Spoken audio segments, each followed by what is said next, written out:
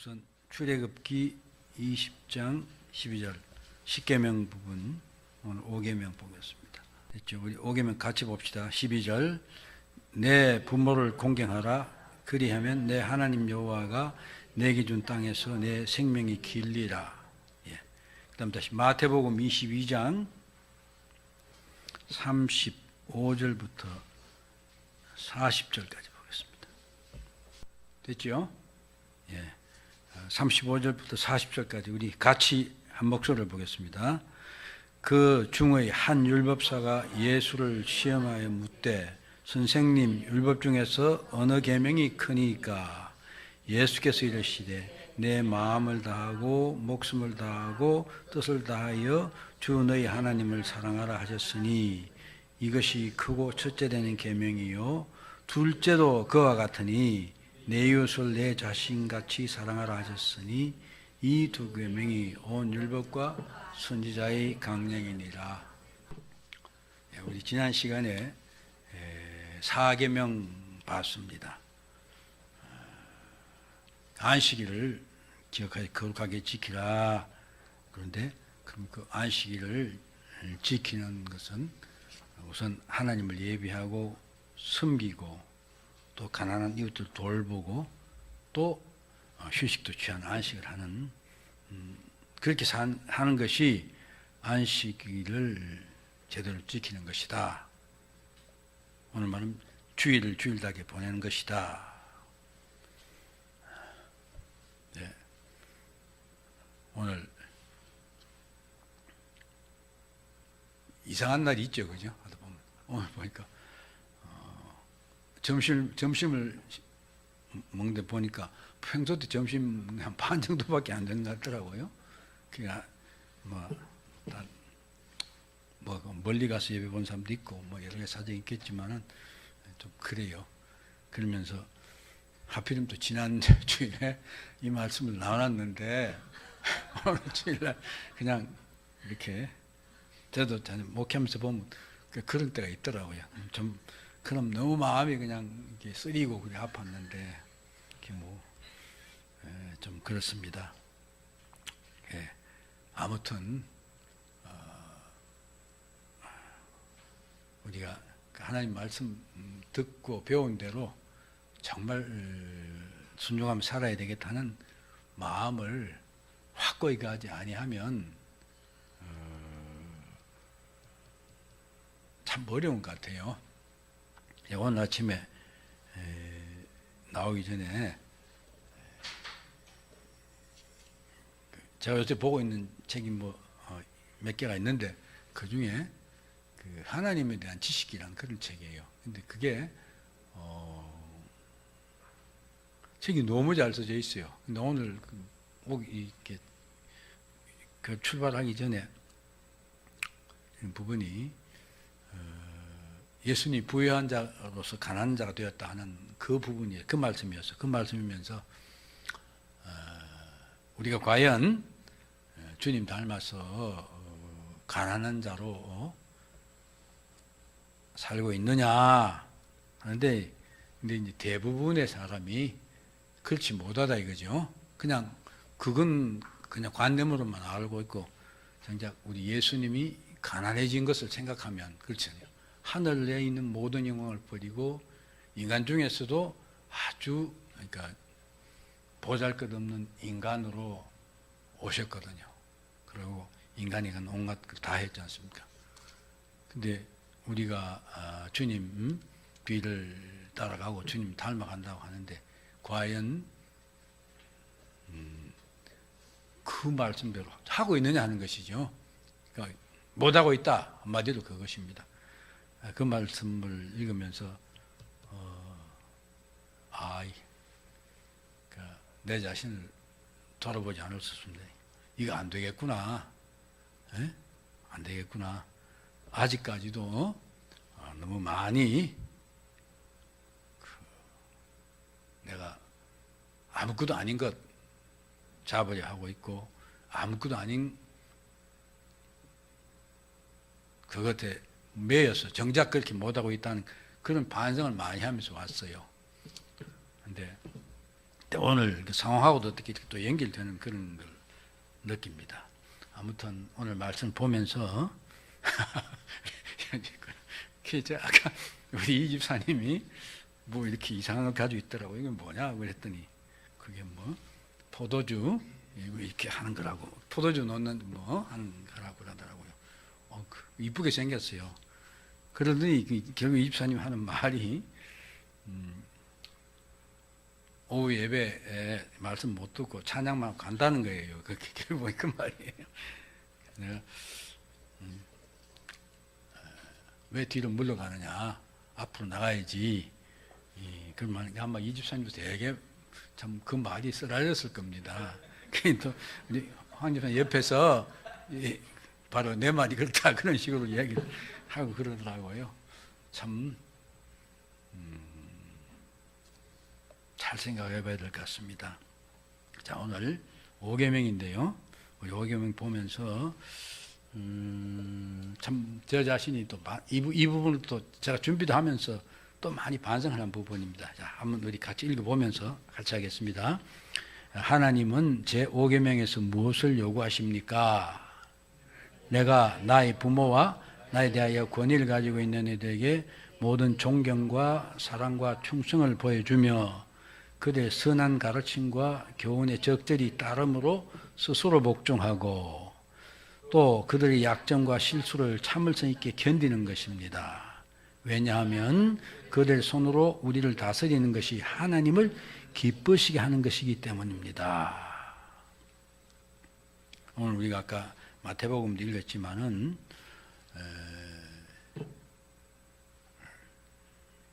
이 율법사가 예수님을 시험했다고 그러는데 아마 예수님을 한번 달아보기 위해서 그랬겠죠. 도대체 계명이 제일 큰 계명이 제일 중요한 계명이 뭡니까? 이렇게 물었더니 아마 그 사람은 어떤 1계명이 제일 중요하다든가 혹은 뭐 3계명이 제일 중요하다든가 4계명이 중요하다 이렇게 대답하러 기도하고 했겠죠. 근데 예수님은 이 신명기죠. 들어라 이스라엘 그 말씀을 인용해서 내 마음을 다하고 목숨을 다하고 뜻을 다하여 주 너희 하나님을 사랑하라 하셨으니 그러니까 하나님을 사랑하는 것 그게 첫 번째 계명이다. 그러면서 두 번째 똑같다 그랬어요. 그러면서 인간을 사랑하 이웃을 내 자신같이 사랑하는 것이다 그랬죠. 오늘 읽은 부분입니다. 그러면서 우리가 좀 봐야 될 게 40절에 보면 이 두 계명이 온 율법과 선지자의 강령이다 이렇게 말하신 겁니다. 이게 율법과 선지자의 강령이라는 게 뭘 말합니까? 구약 성경 전체를 말하는 것이죠. 율법이란 말은 율법서를 말하는 것이고 선지자라는 말은 선지서를 말하는 것이에요. 그러니까 그 시대 뭐 여기 시편에 빠졌지만은 사실은 구약 성경 전체를 말하는데 구약 성경 하나님께서 구약 성경을 우리에게 주셔서 하신 말씀 하나님 사랑하고 똑같이 그 정신으로 이웃을 사랑하라. 사람을 사랑하라. 형제를 사랑하라. 그것이다 이렇게 말하신 것입니다. 제가 보면서 내 자신 여러분들 5계명을 생각하면 부모를 공경하라 했으니까 내가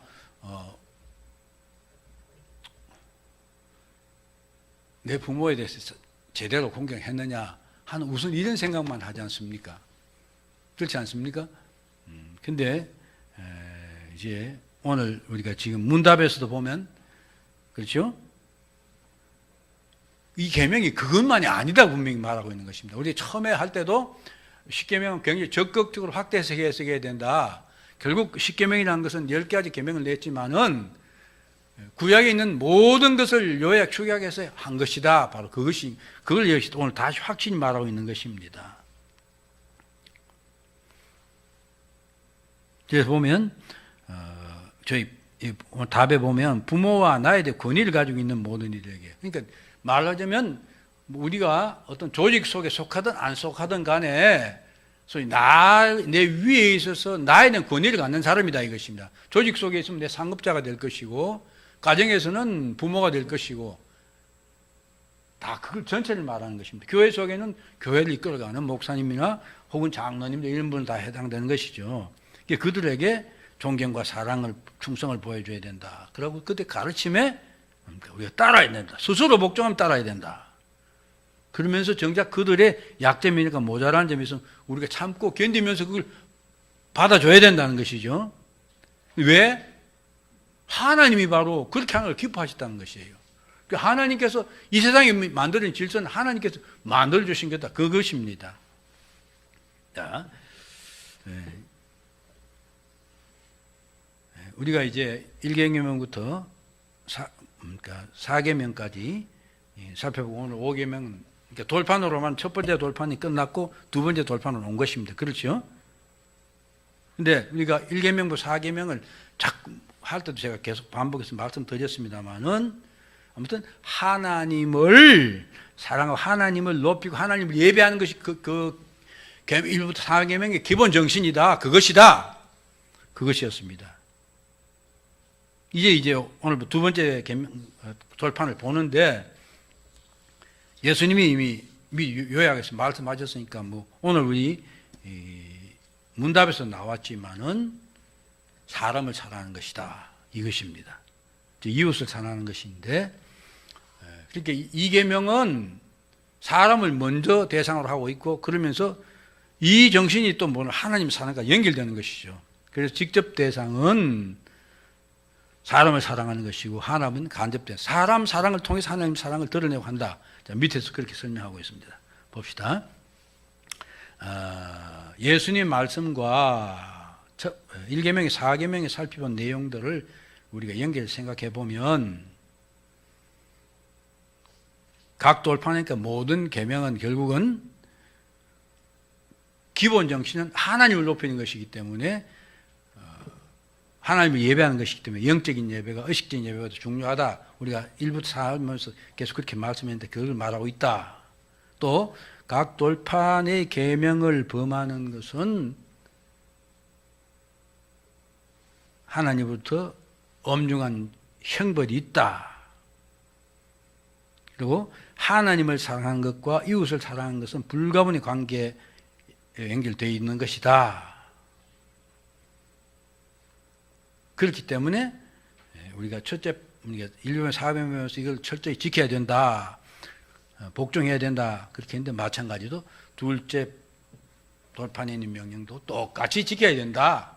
바로 그것이 되는 거예요. 하나님에 관한 것이 첫째부터 더 중요하고 그다음 5번부터 5계명부터 10계명이 좀 덜 중요하다. 그러면 성립 안 된다. 그런 말인 것입니다. 그러면서 하나님께서 먼저 이제 하나님을 사랑하고 하나님을 바로 예배하고 우리 삶 전체로 하나님 예배해야 된다 하는 첫 번째 돌판이고 두 번째 돌판을 통해서 우리들에게 사람을 사랑하라고 하셨는데 그 목적이 무엇이냐는 것입니다. 보세요. 제가 읽어볼게요. 자, 여러분 자세히 보세요. 이 계명에 대한 우리의 순종을 통해 하나님 자신이 예배를 받으시고 또한 우리가 하나님 때문에 이웃을 향하여 나타내는 사랑을 통하여 하나님을 향한 우리의 사랑이 드러난다. 즉 우리가 인간을 사랑하는 것 그것이 어디서 나오느냐? 우리가 하나님을 사랑하는 거기서부터 시작된다. 그렇기 때문에 우리가 사람을 사랑하면 그것이 우리가 진정 하나님을 사랑하고 있기 때문에 그렇게 되는 것이다 이거죠. 그걸 나타낸다 이것입니다. 두 번째가 우리가 하나님을 본받는 것이 이웃을 향한 우리의 사랑을 통해서 드러난다. 하나님이 우리를 사랑하셨기 때문에 인간을 사랑하시기 때문에 우리가 인간을 사랑하면 바로 하나님의 인간을 사랑해서 우리가 본받는 것이 된다. 그것입니다. 그럼 세 번째 하나님께서 그분의 이름과 영광을 위해 지으시고 이루신 인간 사회가 보존되게 하기 위함이다. 즉 하나님은 우리 사람을 만들었을 뿐만 아니라 이 세상에 있는 제도도 다 만드신 분입니다. 그 제도가 근본적으로 잘 되고 인간이 보호받고 보존되고 하나님께 영광을 돌리는 그런 사회가 돼야 되는 것이 세상이 돼야 되는 것 아닙니까? 우리가 인간이 서로 사랑할 때 바로 그 목적이 이루어진다는 것입니다.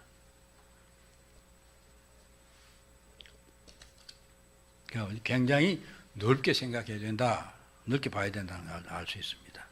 5계명도 두 부분으로 되어 있습니다. 앞부분은 내 부모를 공경하라는 명령이 있고 그 다음에 그렇게 했을 때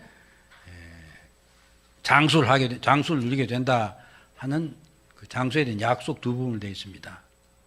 근데 이제 앞서 제가 말했지만 이 부분은 단순히 그냥 부모를 공경하라는 그런 명령으로만 이해해서 안 된다는 것입니다.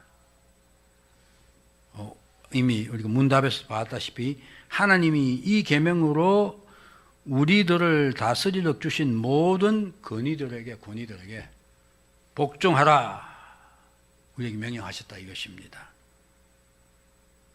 네, 이것하고 지금 사회의 통념하고는 전혀 다르죠? 지금 어떻습니까? 아무도 내게 권위가 있을 수가 없어요. 인간의 개인이 최고고 개인이 자유가 최고입니다. 그렇죠? 그러니까 직장에서도 상사가 있고 사람이지만 너하고 내가 똑같다 그런 관계이고 너하고 내가 계약 관계 있을 뿐이다. 지금 그렇게 세상은 그렇게 되어가고 있습니다. 그러니까 하나님께서 우리의 주신 계명은 정반대로 가고 있다. 우리가 이것을 알 수가 있습니다. 하나님께서는 그게 아니다는 것입니다. 하나님께서 이 계명을 우리에게 주신 목적은 여기 보면 상급자들, 하급자들 이렇게 나눠놨어요. 상급자들, 즉 하나님께서 다른 사람을 다스리고 보호라는 일을 하기 위하여 세우신 사람이 여기 상급 편의상 상급자. 하급자는 하나님께 다른 사람 아래서 두셔서 그에게 다스림을 받고 보호받도록 하신 사람. 이 계명을 통해서는 바로 이 둘이 서로 또 지켜야 될 어떤 질서가 있고 규칙이 있다는 것입니다. 이 계명을 통해서 이미 그것도 말씀하신다. 그렇기 때문에 우리 5계명이 내 부모를 공경하라 이렇게 말하고 있지만은 이 부모란 말은 바로 우리를 다스리도록 그런 위치에 있는 사람 모두를 사실 포함하는 것입니다. 그래서 우선 제일 첫 번째가 이 말 그대로 육신의 부모들, 그 다음에 어린이들 양육하고 보호하는 초등교사들과 양육자들. 지금 그러니까 우리 어린이집에 가도 돌보는 사람이 있고 다 그거죠. 그 사람들도 역시 부모라는 이 말 속에 다 포함된다는 것입니다. 그 다음 학교의 교사들과 복음사역자들, 가르치고 돌보는 입장에 있는 사람 다 해당됩니다. 근데 국가의 각급 통치자들, 관리도 여기 속한다 이거죠. 그 다음에 장로들, 이건 교회에서 장로님들만 말하는 것이 아니라 우리 인간 사회에는 이렇게 세상 경험을 많이 하고 그래서 삶에 대한 지식이 있는 이런 소위 어른급, 우리 말하면 어른들이, 요새 어르신 그런 말을 하는데 바로 어르신들, 그게 다 포함된다는 것입니다.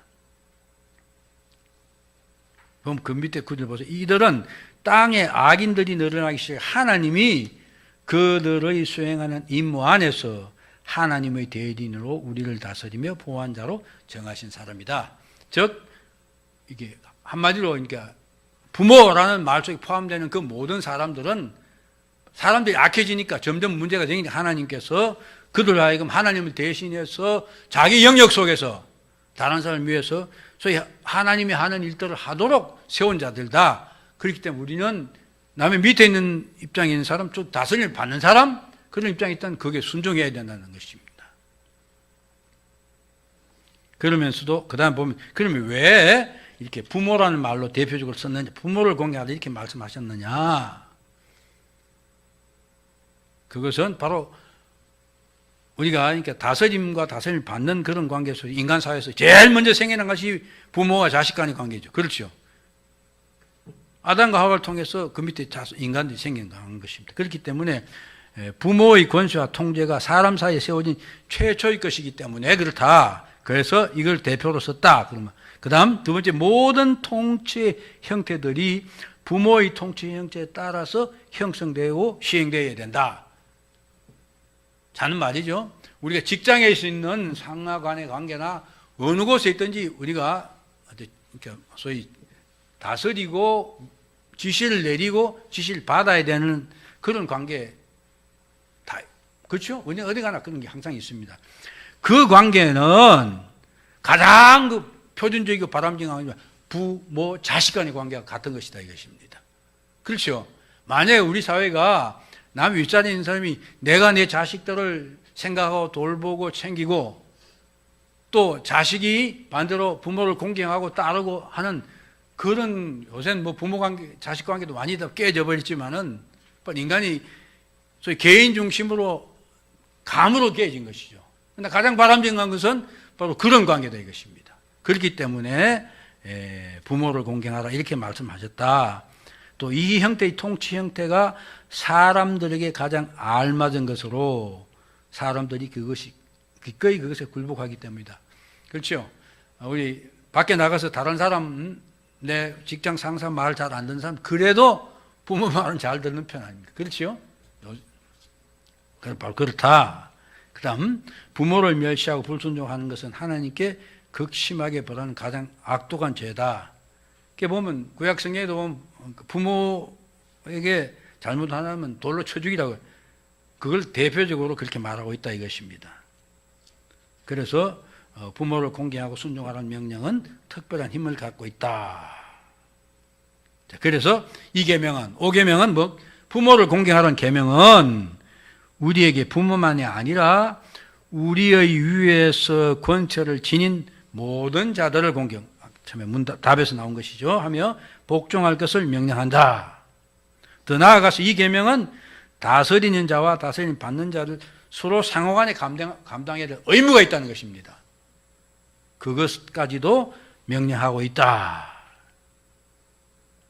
즉 부모를 공경하는 명령은 부모 혹은 다스린 자, 다른 사람이 위에 있는 사람들이 공경을 받기에 합당하도록 그들의 임무를 수행해야 된다. 그러니까 윗사람은 윗사람답게 해야 된다. 그 말인 것입니다. 또 다스림을 받는 자들에게는 상급자를 공경하고 그의 명령에 순종할 것을 명령하고 있다. 부모를 공경하는 말은 이 계명은 이런 것들 다 포괄하고 있다. 예수님이 그랬죠. 성경의 정신을 요약해서 하나님을 사랑하고 인간 사랑하라. 그렇기 때문에 성경 속에 사람들의 관계를 여러 가지로 말하고 있는데 다 사실 거기에 다 묶여진다 이것입니다. 그렇기 때문에 당연히 이 계명은 윗사람이 할 도리도 해야 된다는 것을 말하고 있고 또 그 지시를 받는 사람은 지시를 받는 사람들로 마땅히 정당하게 대응하고 해야 될 그런 것들이 포함된다. 바로 그것입니다. 그 다음 하나님께서 그렇게 하면 우리가 땅에 장수한다고 했는데 그것을 그렇게 말하는 복을 주겠다 하신 이유가 무엇이냐? 바로 계명을 잘 따르도록 하기 위해서다. 이게 그 내용입니다. 자, 그러면서 이제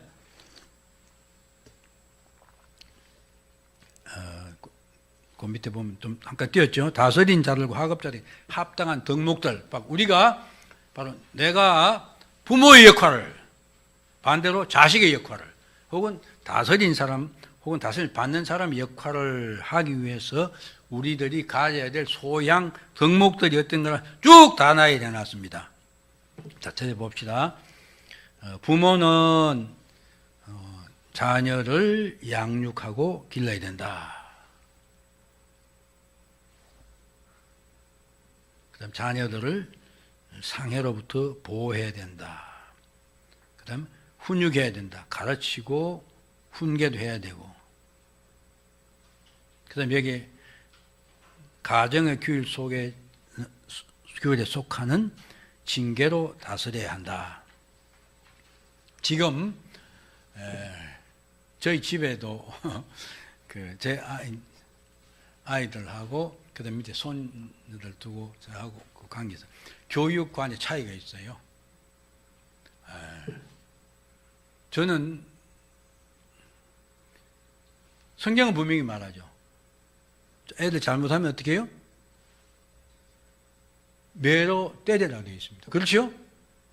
망하게 하기 위한 것이 아니라 여기도 그렇죠? 징계로 다스린다. 하나님이 그게 한 표준이에요. 하나님도 우리가 어떻게 못난이처럼 그러면 어떻게 합니까? 하나님 우리 징계를 하십니다. 그렇죠? 그도 하나님의 징계는 정말 겁납니다. 그렇죠? 우리 견딜 수 없는 하나님이 우리에게 오늘 아침 목사님도 그런 말 했죠. 그냥 죄에 대해서는 충돌하신다. 하나님 그렇게 하시는 분이에요. 근데 그 하나님 우리 본받도록 돼 있어요. 우리 자녀들이 잘못한 것을 우리가 지혜롭게 해야 되지만은 분명히 훈육을 해야 되고 훈계를 해야 됩니다. 성경이 그렇게 말하고 있어요. 그런데 우리 집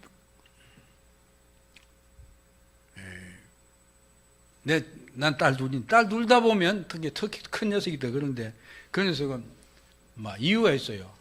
제가 이제 아이 키울 때 큰 녀석이 굉장히 엄하게 되었어요. 그러니까 제가 나중에 그 녀석 8년 차이니까 다 상당히 크고 난 뒤에 이제 둘째가 생긴 건 아닙니까? 근데 반성을 해봤어요. 야, 이거 그러니까 둘째 녀석이 아니라 정반대로 했어요. 근데 그래서 큰 녀석은 좀 자기가 이렇게 강하게 혼났다 하는 거에 대해서 보면 반감이 있어요. 그래서 그 아이도 또 손이 하나밖에 없잖아요. 근데 제가 그 녀석을 지금 사실은 어제 이 녀석들하고 완전히 떨어졌어요. 어제까지 이사 이렇게 하는데 저희 집에 같이 있다가 나갔어요. 이게 저도 이사하고 가야 될 텐데 이사를 했는데 이게 제가 그 녀석이 몇 살 아닙니까? 7년을 제가 키웠어요. 키웠는데 그게 처음엔 제가 잘못할 때 이렇게 아주 조그만 때지만은 혼내고 회초리 가지고 해가지고 종아리 제가 딱 때리고 그랬어요. 그런데 진엄마가 너무 싫어하는 거예요. 너무 싫어하는 거예요. 그러면서 막 되게 속상하게 하는 거예요. 그래서 제가 이렇게 계속 훈육을 했다가는 그러니까 나하고 아이, 그러니까 내 집, 그러니까 딸이죠. 딸하고 아이가 관계가 서먹서먹해지겠다는 생각이 들더라고요. 그래서 제가 그걸 포기를 했어요. 포기를 하다보다 알았어, 너 하라는 대로 하마. 근데 제가 지금 볼 때, 특히 우리 큰아이는, 큰아이 애는 애가 굉장히 똑똑해요. 어디 가도 제가 이제 여행 갈 때 우리 목사님들도 같이 가보고, 이 녀석 보면 어른들하고도 전혀 스스로 그냥 바로 어울려요. 그냥 그래요. 그러니까 개성이 아주 강하고 그런데 이 녀석이 보면 제가 볼 때 잠깐 염려스러운 면이 있어요. 그러니까 막 이제 벌써 8살 됐다고 저한테 막 대들고 그래요. 너 잘못했지 하면 더구나 또 그 사촌하고 같이 있잖아요. 그러니까 나는 공평하게 제가 공평하게 한 데는 아주 칼 같은 사람이에요. 근데도 이 녀석 지가 볼 때는 왜 이런 거예요? 이제 제가 큰 녀석을 이제 처음에 작은 녀석이 데려오기 전까지는 큰 녀석만 데리고 있기 때문에 그 녀석 재우고 제가 태우고 다니고 막 온 것 했지 않습니까? 그때 제가 기운이 있으니까 그 녀석이 정말 나한테 보호받은 걸 말하면 작은 녀석 비교가 될 수 없을 만큼 했어요. 그런데 지금 차이가 뭐가 있었냐면 작은 녀석을 제가 데리고 자는 거예요. 그 녀석은 저희 엄마 아빠 오면 그거 저하고 그렇게 하니까 이 녀석이 그게 부러운 거예요. 그게 이제 어제 이사하기 전에 하니까 자꾸 저한테 와 자겠대요. 저한테 자겠대. 그래. 근데 이제 적은 녀석이 있으니까 모기장 치고 자니까 안 된다 하고 그래서 이제 적은 녀석이 지네 집에 가고 집 바로 옆이거든요. 가고 없을 때 그럼 너 나하고 자자. 이 녀석이 그게 그렇게 좋아하는 거예요. 그러면서도 어떠냐? 조금만 자기가 자기 생각이죠. 판단에 조금 이렇게 적은 녀석보다 좀 동등하게 오히려 지가 더 좀 어떻게 더 누리지 못한다는 생각이 들면 막 날린 거예요. 그래서 제가 좀 염려스러운 면이 있어요.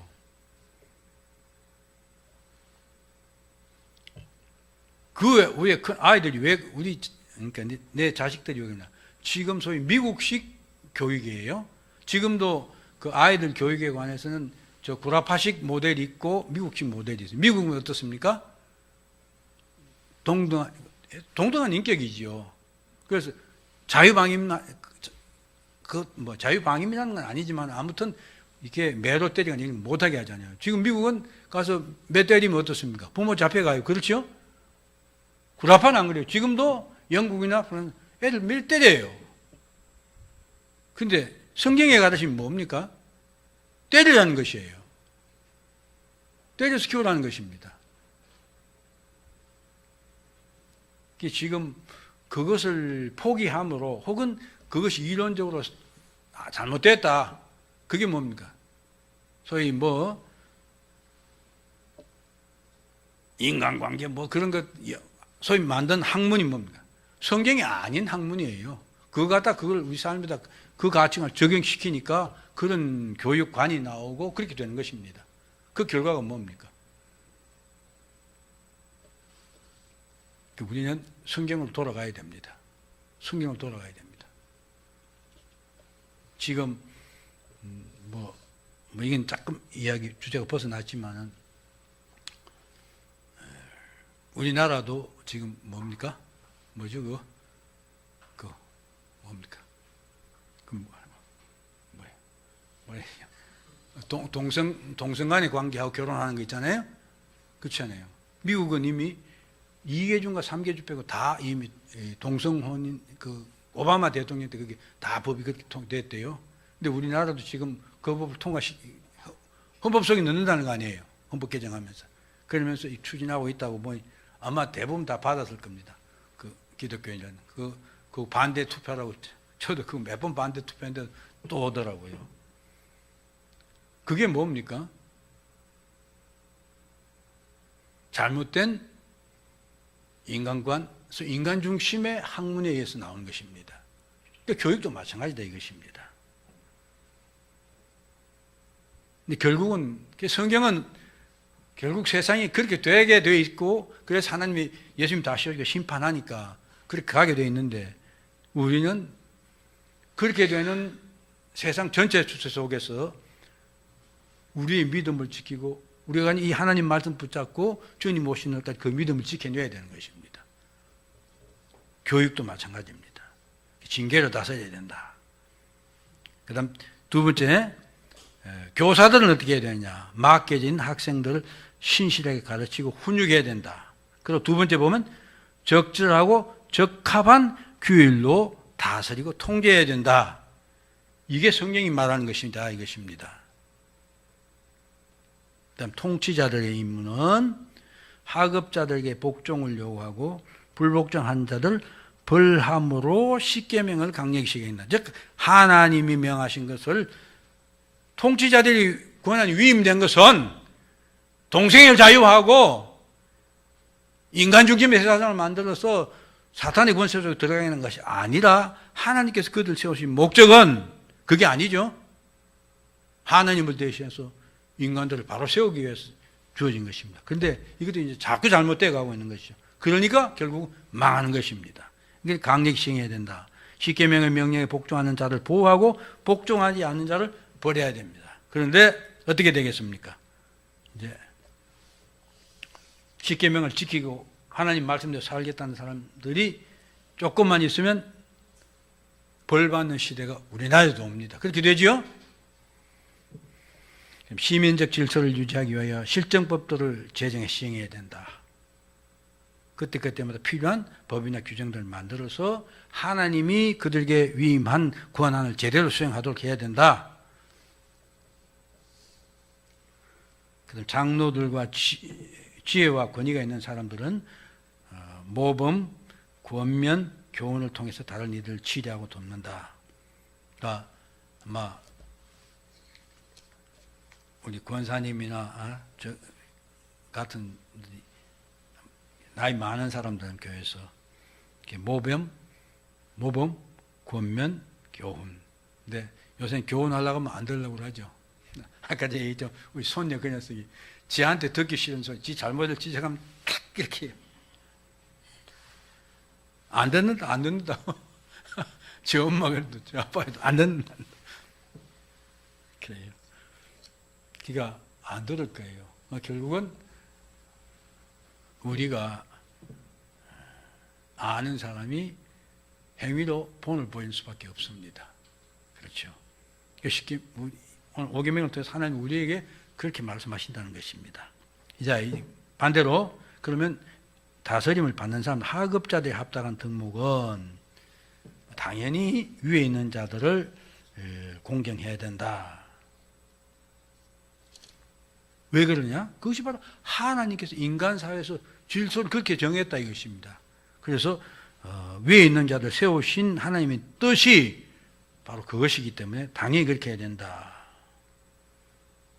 또한 다스린 자들에게 그들의 권한뿐만 아니라 그들이 하나님을 받던 은사들을 납득하고 찬성 인정해야 된다. 그것이 바로 하나님의 뜻에 순종하는 것이다. 또한 말과 행동으로 그것을 나타내야 된다. 상급자들 존중하고 사랑하는 것, 또 상급자의 복종과 감사하는 것. 근데 저는 계급 사회에서 있어서 아는데 정말로 그 되먹지 않은 상급자를 인정하고 하기가 정말 힘들어요. 정말 힘들어요. 제가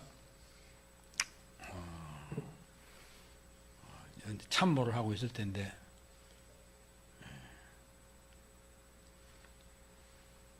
뭐 이렇게 제가 늘 하는 직책들은 작전 정보이기 때문에 굉장히 바쁘고 일 많고 일만 하는 그런 자리를 쭉 했어요. 했는데 그걸 자랑스럽게 생각했는데 제가 법원에서 근무할 때인데 제가 연대 참모였는데 그 부연대장이라는 분이 오시는데 이 양반이 희한한 분이에요.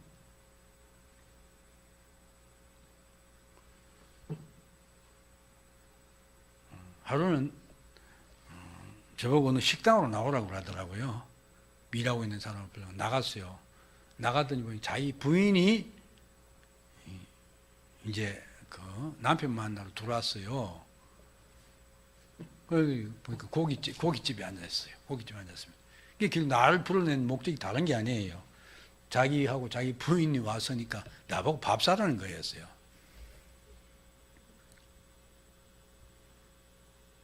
거기서 이제 그러면서 이제 그러니까 그 부인이 조금 보니까 그 양심이 찔렸던 모양이에요. 자기는 직책도 높은 사람이고 계급도 높고 그런 사람이면 제대로 된 상급자라면 오히려 자기가 챙겨야 될 텐데 자기가 일하고 있는 보니까 삐쓱 말라가지고 고생하고 있는 표가 뜰줄 나는 사람 불러내니 밥을 사게 하니까 부인이 그렇잖아요. 그게 부인이 한마디 하더라고요. 그랬더니 그 양반 너무 당당해요. 밑에 사람 사야 된다는 거예요. 그러면서 뭐라고 하는지 아세요? 그런 거 안 한 친구 나중에 고가 폈을 때 깎아본다는 거예요. 그걸 공공연하게. 아무튼, 그런 상관 만나면 참 힘들어요.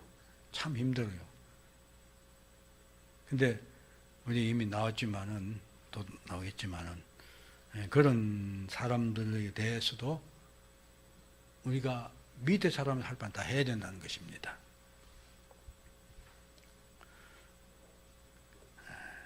그러면서 여기 보면 그래서 4번에 인내와 중용이 되어 있죠.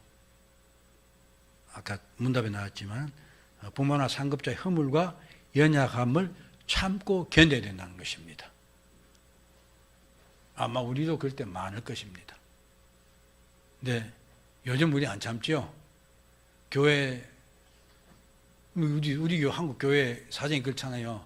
어느 교회 가보고 사실은 꼭 쇼핑하러 다니처럼 이렇게 이 교회 가보고 저 교회 가보고 그렇게 하고 내 마음은 뭐 왜 여기 있어 하고 한국 교회가 뭡니까? 이 징계 뭐라죠? 그것도 왜 오늘 이렇게 막히냐? 벌 주는 책벌하는 거 저 기억이 나요. 제가 고등학교 때 같은데 우리 교회에서 그때 좀 뭐 이렇게 막 나온몽 해서 하면서 박태선도 나오고 이렇게 해가지고 그 교인들이 거기 쫓아가는 경우가 많았어요. 왜 거기 가면 목사님들 똑같은 소리 늘 듣는 것 같은 별로 재미없는데 거기 가면 막 미치기도 하고 막 그러니까 그렇죠. 불 받았냐고 난리 치니까 그래서 좀 그 다니는 사람이 많았어요. 근데 목사님이 어떤 그 권사님들하고 몇 분이 거길 잡고 하니까 저도 그 많이 쫓아다니는 사람이에요. 근데 가지 말라고 그런 거예요. 그러니까 이제 그 부인님, 그 권사님 말을 안 듣는 거예요. 왜? 그 마음속에 어떠냐면, 아, 여기는 은혜가 없고, 거기가 뭐 은혜가 있는데? 그렇죠? 그런 점도 있을 겁니다, 분명히. 말 안 들으니까 결국은 당을 열어서 책벌을 하는 거예요. 벌을 주는 거예요. 근데 어마어마하게 무서웠어요. 교회 그런 게 없는데 하더니 지금 내 기억나는 게 하더니 이제 당에서 이런 결정을 했다 하면서 이 호명을 이렇게 세우더라고요. 이렇게 세우고 난 뒤에 이렇게 성찬 참여도 안 된다. 뭐 그래서 재직회 참여도 안 된다 하고 이렇게 그걸 선포를. 그러니까 그걸 다 받는 사람이 그냥 꼼짝을 못 하더라고요. 그땐 그랬어요. 근데 제가 목회를 하면서 전에도 그런 얘기인데 이 사람들이 제 전에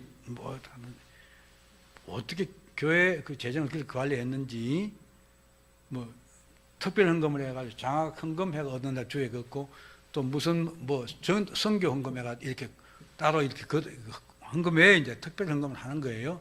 그래서 그걸 모은데 그게 나중에 알고 봤더니 어디나 소위 그 장학 그 담당하는 집사님, 그 다음에 선교하는 집사님, 그 개인이 가지고 있는 거예요. 개인이 가지고 있어요. 그래서 이거 아니다. 다 그 교회 재정 관리를 하고 통장 갖고 있고 별도 해라. 그런데 개인이 갖고 쓰지 마라. 그런데 알고 봤더니 그 장학 선교 다 집사님들이 그 돈이 없어요. 없는 거예요. 자기 그냥 호주머니에 같이 쓰는 거예요. 근데 그래도 나중에 보니 통장도 없어요. 근데 그 장학한 그 집사님은 자기가 마지막 때가 뭐 200몇만 원이 된다 하면서 그걸 반납을 했어요, 교회에. 근데 성경가 뭐 한 집사님은 통장을 만들어 오려도 안 만들어 오고 하는 거예요. 그래서 이제 이게 그 재정 결산을 하잖아요. 한 데 가서 보고를 하는데 그래요. 그 제가 이따가 그 돈이 어딨냐, 통장 어딨냐, 가져오냐, 왜 안 가져오냐. 그래서 제가 회의 때 지적을 했어요. 했더니 그 보고하던 사람이 뭐라 하더니 탁 놓고 나가버리는 거예요. 이제 이 교회 안 나온다 이거예요. 그러니까 저는 그 사람도 지금도 제 기도 제목이에요. 교회에 선교비를 걷어서 그걸 자기 개인 사용으로 써버렸으니까 그 사람도 그거 회개 안 하고 하나님 앞에 문제 해결 안 됩니다. 절대로. 정말 어렵게 살고 있어요. 참 안타까워요. 지금도 기도하는데 그런 식이 돼버렸어요. 요새 누가 교회에서 그 벌 주면 벌 받고 있습니까? 어떻게 교회 여기밖에 없나? 딴 교회 가버리지. 그럼 또 그 교회 오면 좋다고 또 받아들여요. 아무튼 그렇습니다. 그러니까 너무 잘못하고 있는 거예요. 기본을 잘못하고 있는 거예요. 전에 황 목사님 그러잖아요. 이리 오겠다고 목사님 말씀 줘서 오겠다 해도 당신 교회 있으라고 오지 말라고 그랬다. 내가 그 말 할 때 그랬어요. 목사님 잘했다고 그랬어요.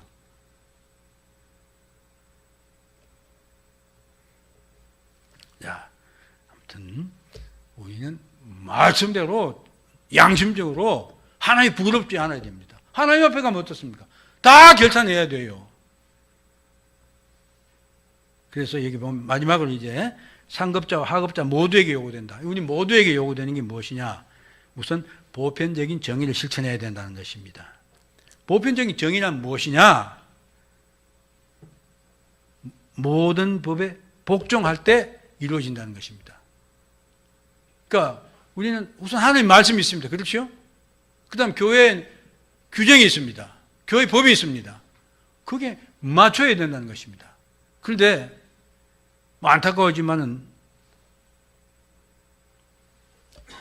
제가 이제 은퇴를 할 때 됐어요. 나이가 됐어요.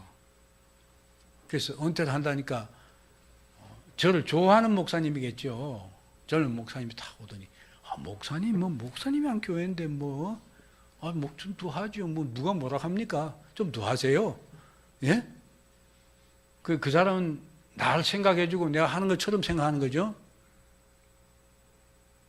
제가 그랬어요. 그 사람에게 목사님, 저는 우리 대신 교단이 정한 절차와 법에 따라서 나는 목사 안수를 받고 목회를 합니다. 근데 우리 교단 법이 만 70세가 되면 이제 물러나야 된다. 그렇게 정한데 내가 누군데 그래 이거 내가 한 교회니까 응? 내가 더 하지. 그러니까 그런 말 그분은 저한테 이렇게 좋게 하고 목사님 마음대로 아마 자기 마음을 이야기했겠죠. 그랬지만은 그게 뭡니까? 바로 나를 넘어지게 하는 이야기들이죠. 상당히 많은 사람들이 그렇게 생각을 하고 있어요. 지금도 그런 사람들이 있습니다. 아무튼 내가 남의 윗자리가 됐거나 다스린 사람이나 다스림 받는 사람이나 정의롭게 행해야 된다. 그것은 법에 복종하는 것이다. 규정에 복종, 말씀에 복종하는 것이다. 이것입니다. 그 다음에 분배적인 정의. 그 다음 우리가 벌을 줄 때도 공평하고 또 적합한 수준의 벌을 줘야 된다. 지금 그렇죠? 큰 교회에서 이권 싸움하다가 수틀리면 어떻습니까? 자기한테 자꾸 뽁뽁 찌르는 소리 한다고 잘라내잖아요. 그 다음 권면과 신의, 각자의 소명을 바로 이해하고 부지런히 행하고 하나님을 기쁘시게 하고 이웃을 구원하는 일에 기여하기 힘쓴다. 사랑은 기본인데 여기 이랬죠. 혈연 관계가 없는 사람을 사랑해야 된다.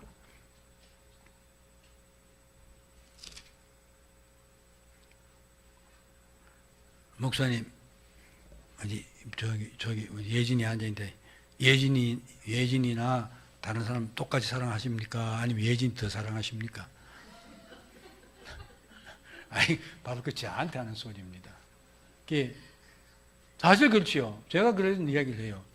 믿지 않는 형제들이 있어요. 그 사람들 위해서 기도하고 하지만 내 친구들 중에서 내 형제들 중에서도 그냥 내가 예수 믿도록 이렇게 건면만 하면 거기서 정식으로 대드는 아이가 있어요. 다 제 동생들지만은 예? 근데 천국 가면 가인 없어요. 끝까지 그런 가인 없어요. 그러나 참 못난 그러니까 객관적으로 말해 그냥 우리 주관적으로 봤을 때 못났다고 생각하는 한 미미한 성도가 있어요. 그 사람 믿음 그 천국 가치가 있는 거예요. 우리는 그리스도의 피로 한 형제가 된 사람들입니다. 그렇죠? 그 그리스도의 피로 한 형제가 육신의 피로 형제된 자보다 더 귀한 존재들입니다. 그렇죠? 우리는 그런 관점에서 봐야 되는 거예요. 혈연과 관계없는 사람을 진짜로 사랑해야 그게 사랑이다 이것입니다. 감사. 이 감사 말 참 잘 들어보세요. 어떤 은덕을 누구에게 받았든지 진실하고 정의롭게 인정하며 우선 다른 사람에게 어떤 걸 받았다면 혹은 다른 사람이 보살핌을 받았다든지 그러면 여기 보세요. 되돌려주기 위해 뜻을 세우고 노력해야 된다. 그렇죠? 내가 집사님들이 저에게 사랑을 베풀었어요. 그런 내가 그 받은 걸 진심으로 감사할 줄 알고 나도 어떻게 하든지 같이 당신이 당연히 100원 줬으니 나 100원 준다 하는 그런 차원이 아니라 나로 살 수 있는 것을 돌려주기 위해서 우리는 아주 이게 뭡니까? 뜻을 세우고 노력해야 된다. 이게 진짜 감사다 이것입니다. 신중한 처신. 예, 참 자신에게 어울리는 적합한 것이 무엇인지를 관찰해서 말이나 몸가짐 일관성이 있어야 된다. 교회 특히 이게 목사님들 변덕 부리면 진짜 골치 아파요. 그런데 우리가 지닌 권위와 명망을 보존하고 우리의 소명에 욕을 돌리지 않아야 된다.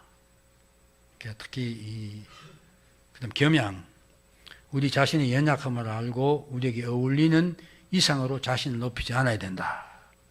또 다른 사람에게 그들에게 합당한 존경과 존중을 일관성 있게 베풀어야 된다. 또 공평해야 된다. 다른 사람이 오류를 보고, 이 공평한 말로 잘 보세요. 참 우리가 유의해야 됩니다. 다른 사람이 오류를 벌하고 교정함에 철저하게 정의를 시행하는 것을 완화시켜야 된다는 것이에요. 그러니까 제가 좀 그런 성격이거든요. 잘못하면 잘못한 것에 대해서 일이라면 일에 대한 그만큼 혼을 내고 벌을 줘야 된다. 근데 이 말씀은 그게 아니죠. 반대죠. 정의를 실현하되 그것이 예를 들어 이 사람이 일이라는 5일이라는 잘못을 했기 때문에 5일이라는 벌로 가하는 것보다는 그것보다는 더 낮게 벌하도록 우리가 해야 된다는 것입니다. 그런 생각을 가져야 된다. 왜? 나왔죠. 그래서 윗사람이 잘못하고 약한 점이 있으면 그것들 우리가 참고 견디면서 그걸 덮어줘야 된다죠. 그 사랑에서 나오죠. 사랑은 오래 참고 뭡니까?